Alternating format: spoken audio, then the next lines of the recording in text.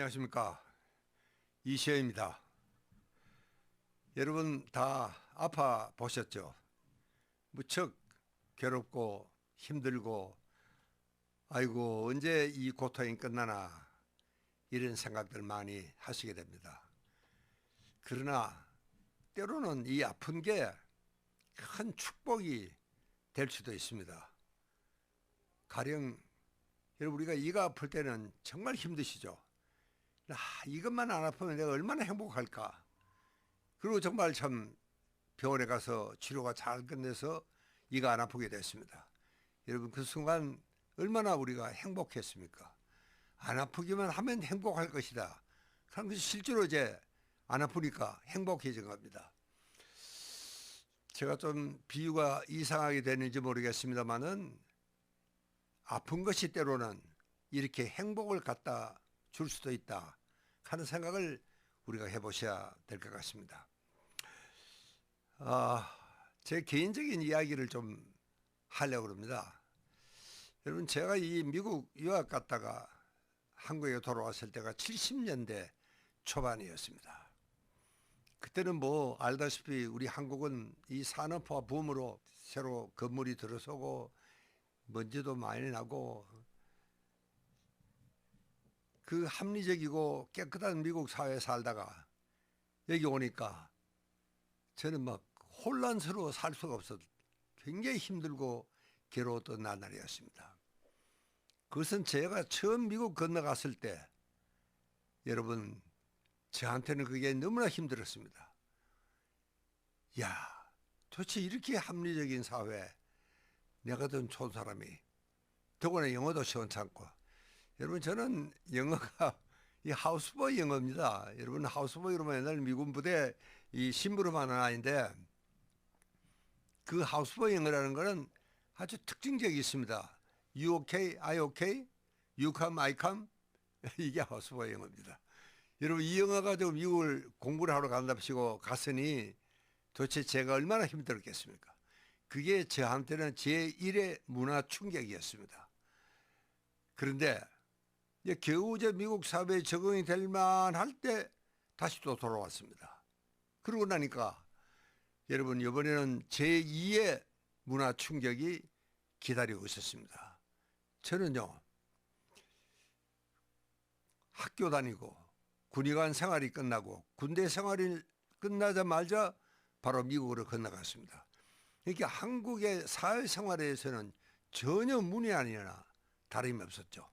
사회생활을 해본 적이 없고 직장생활도 해본 적이 없습니다. 그러다 그것뿐만 아니죠.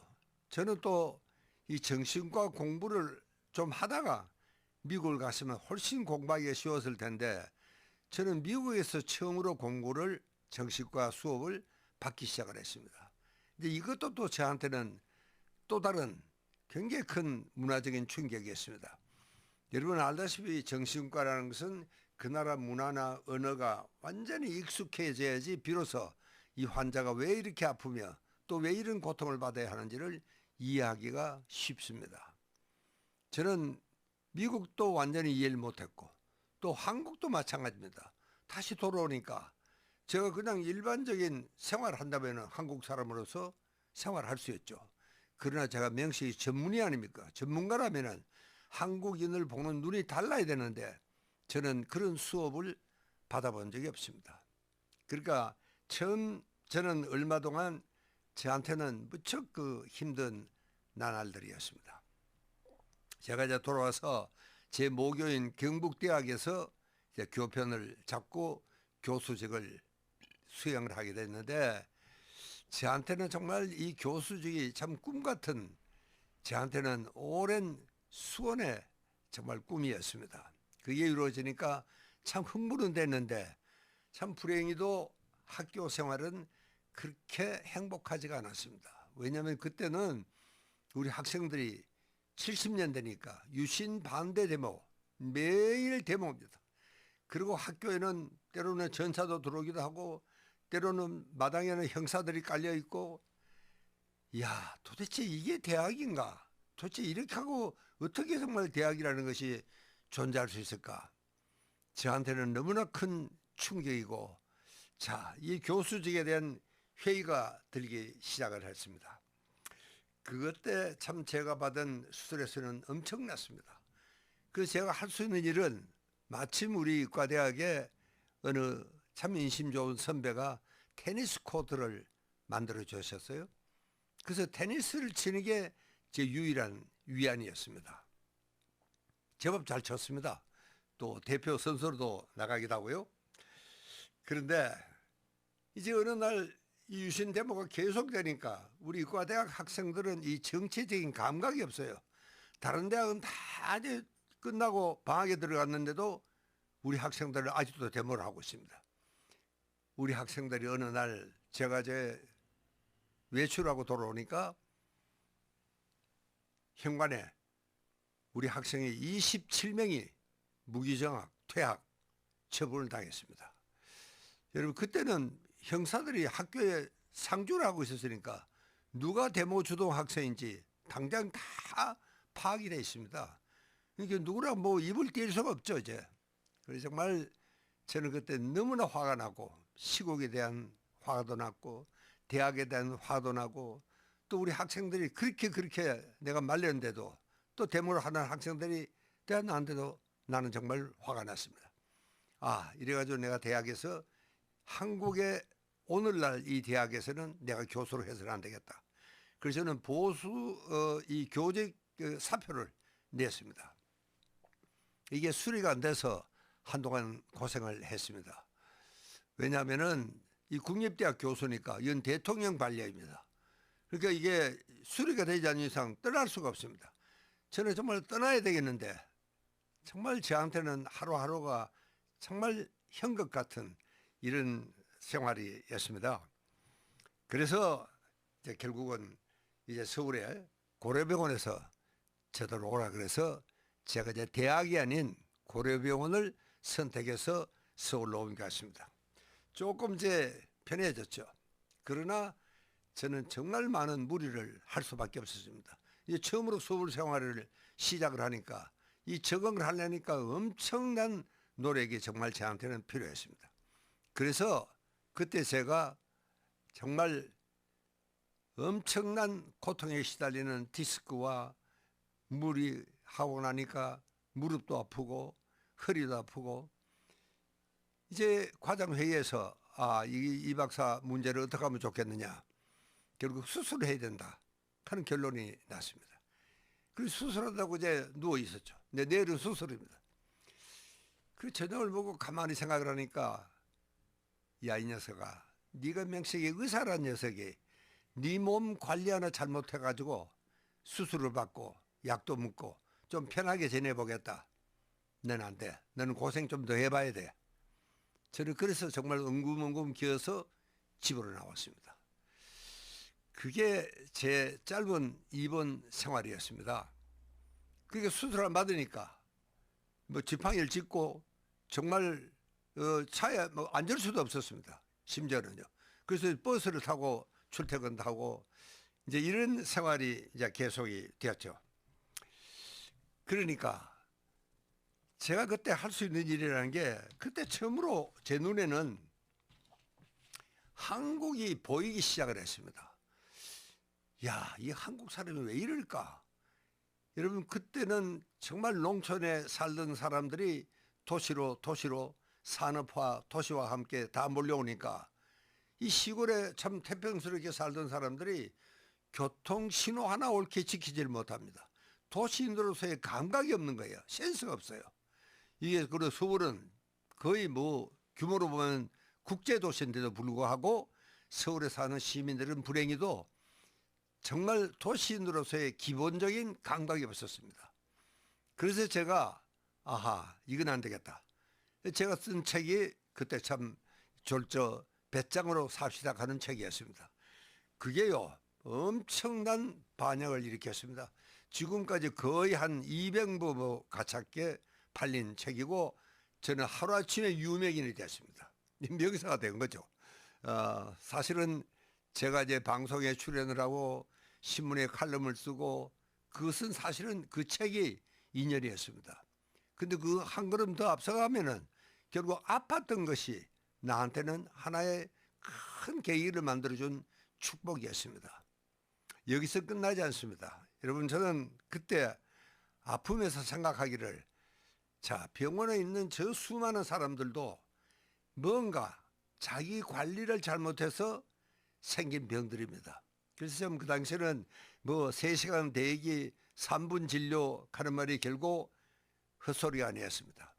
그 제 생각에는 저분들도 내가 병원에 오기 전에 예방을 해야 되겠다.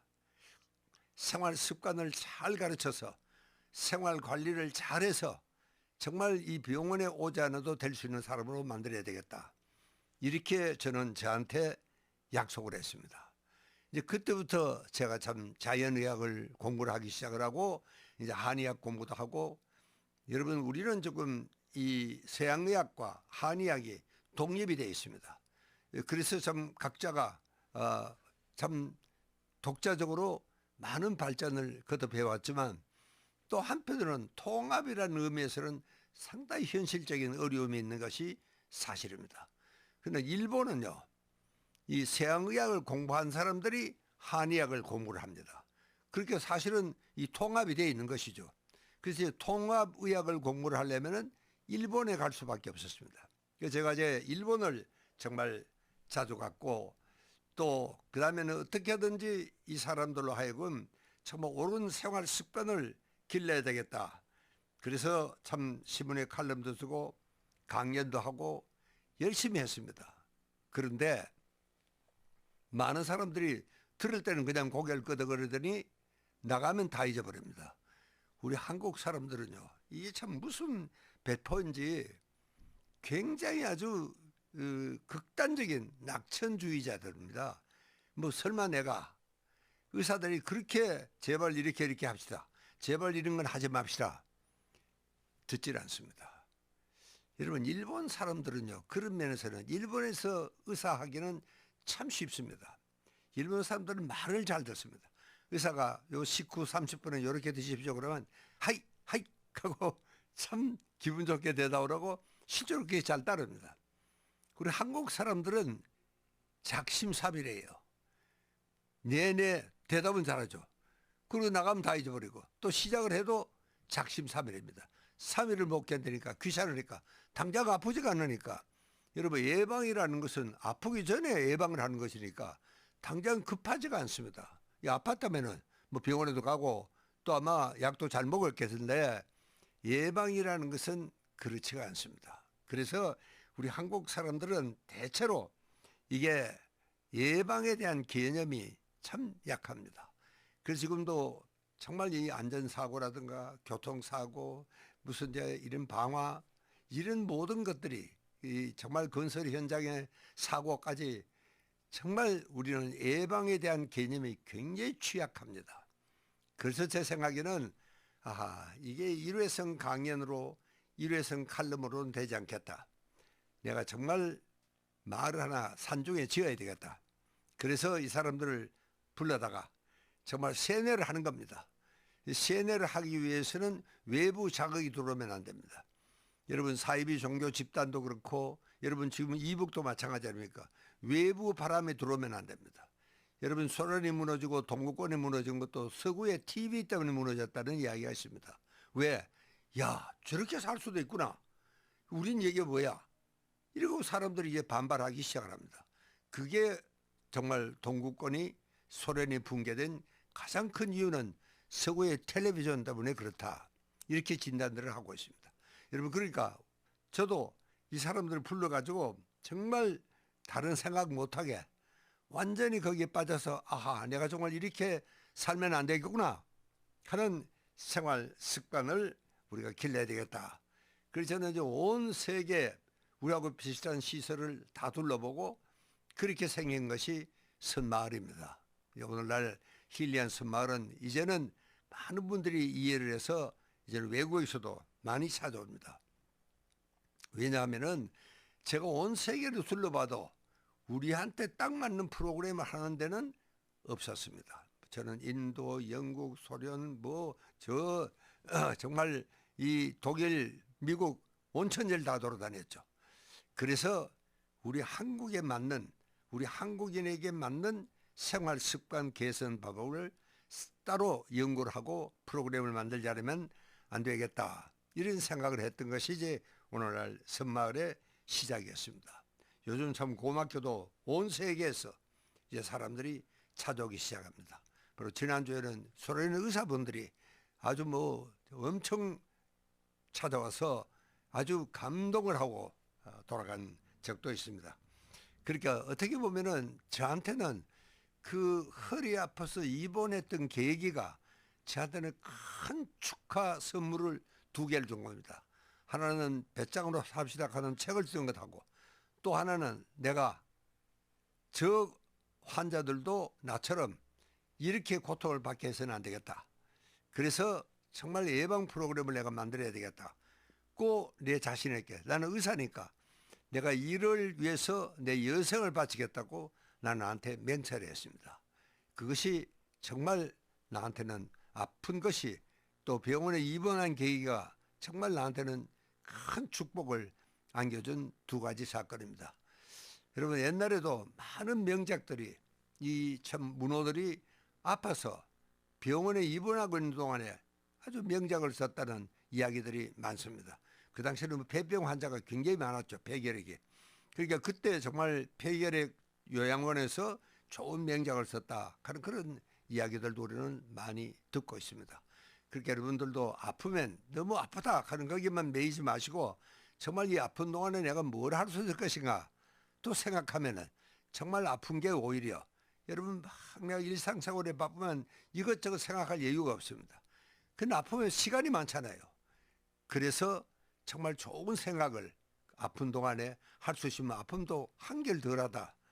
그것은 제가 한 경험에서 제가 말씀을 드립니다. 감사합니다.